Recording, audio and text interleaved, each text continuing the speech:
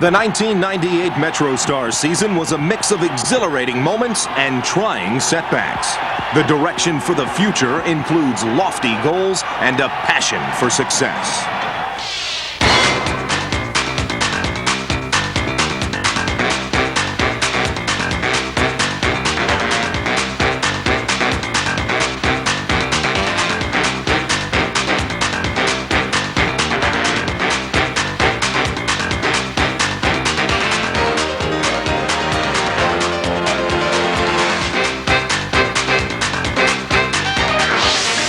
Shooting for a goal. The story of the 1998 MetroStars.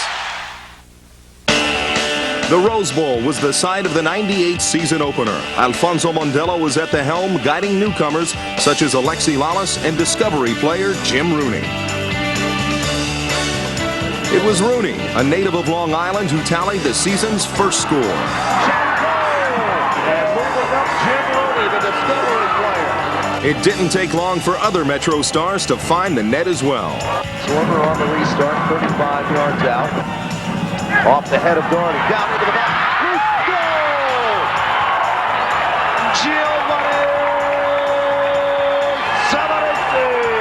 But the two wonderful goals went for naught as the Metros lost in Los Angeles.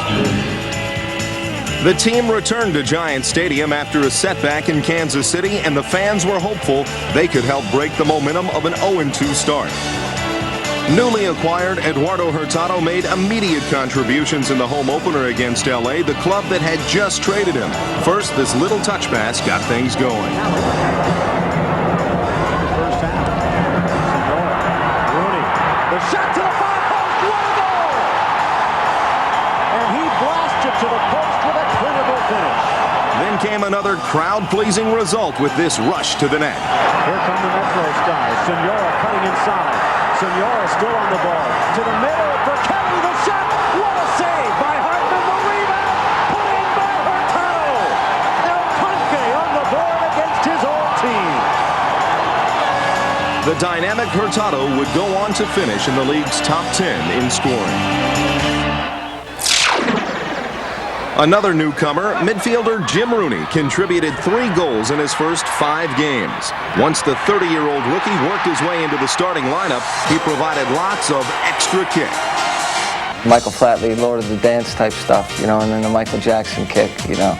So I usually do it at weddings and stuff like that. So, you know, our family's known for different things, and mine is the Michael Jackson kick. So, you know, during the first couple of games, Tony told me, listen, when you score your goal, you got to do that. So I was like, all right. So first time I did it, scored, I pointed to him, and we were just laughing. It was an inside joke, but I've been doing that for years. You know? In Chicago, the MetroStars began a 3-game April winning streak, and it was the newly acquired players who made the biggest impact. Zavagnin inside, the header by Lalas. Lalas scores. The 1-0 win was followed by a come-from-behind effort against San Jose. Rooney open in the middle, Savarese. Rooney shot, far post goal.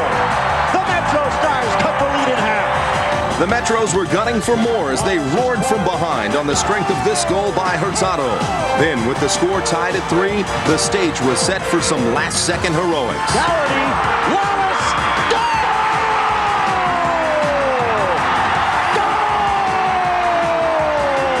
The MetroStars defeated the Clash 4-3, and Mondello's men were finally on a roll.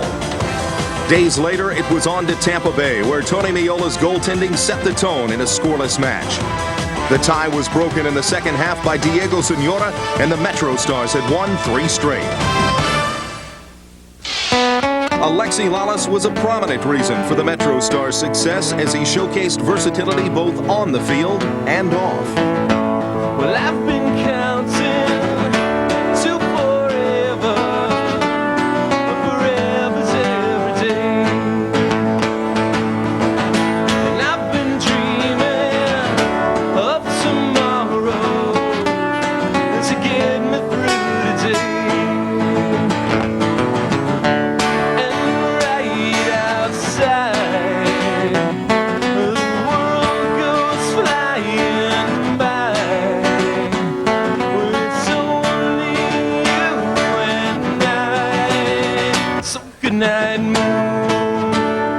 Good night, moon. Good night.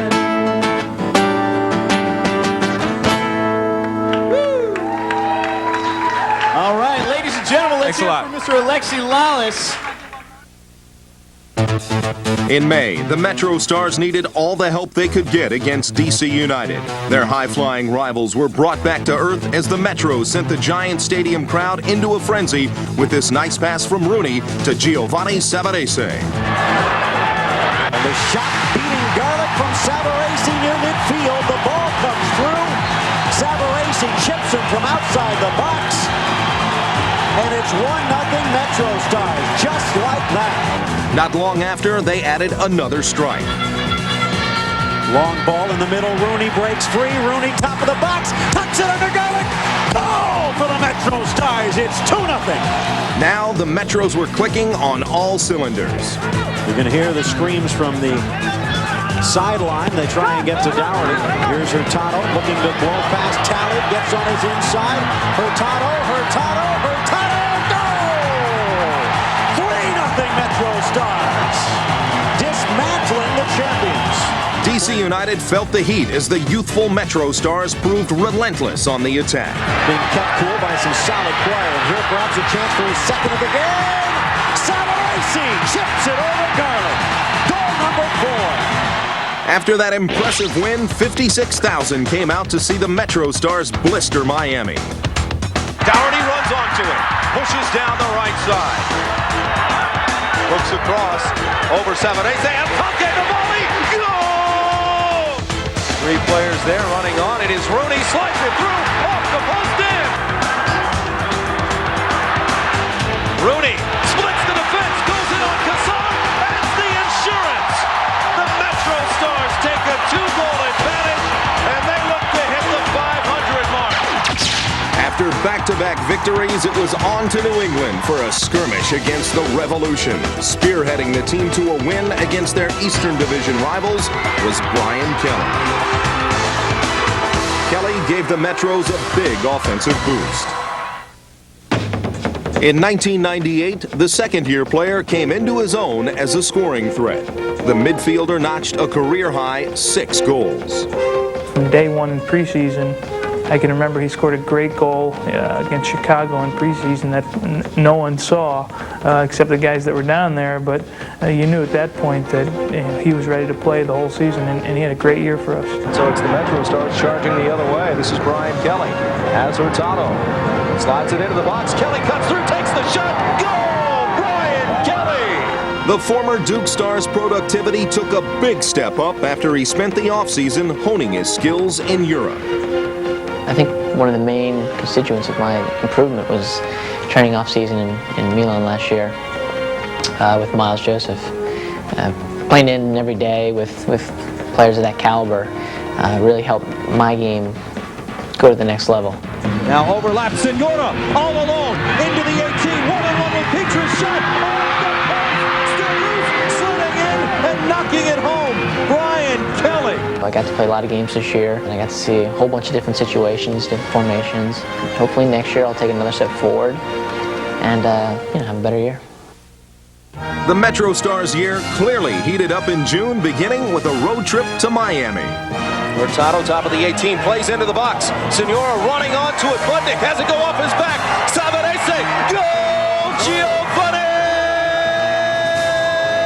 Savarese! The Fusion tied the score at 1, but the MetroStars answered in the clutch with late-game heroics. The left foot, goal! Miles Joseph puts the MetroStars up with less than 3 minutes to play. The MetroStars won 2-1, and the fans eagerly anticipated a rematch at home. Now Savarese, 2-on-1 with Hurtado, over to Pumpkin, takes his time, left foot goal, and Pumpkin, Eduardo Hurtado. Savarese scored twice, and the MetroStars defeated Miami by an impressive tally of 3-1. After a setback against Columbus, the Metros' young guns fired away at the Revolution. Now Dougherty makes his run. Gets back up. Dougherty loose. Right foot shot. Off the crossbar. runs into the box, runs onto the free kick, crosses it, fire, and then the header, another goal for Brian Kelly! And Brian Kelly has a 2-goal night. Then it was Mike Petke who scored the eventual game winner to knock off New England 5-3. Now Petke, a long-range shot, and he beats Dwyer! And Mike Petke gets his first MLS goal! And the Metros finished the first half of the season by winning 9 of 13.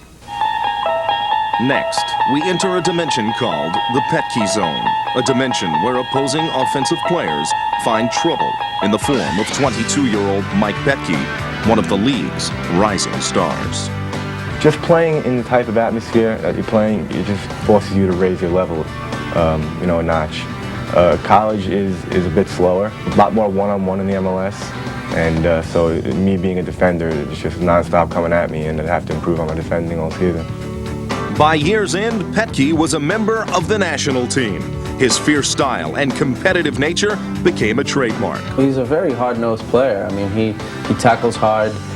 He's a guy that can get up and down the line fairly fast. He's smart, and he can get to certain places.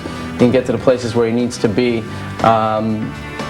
just about at all times. So looking into the future, he's going to be valuable to this team. Mike was confident in his abilities. He knows what he's doing. He's physically, he's capable of being a dominant player. And I think the only thing Mike needs right now is experience.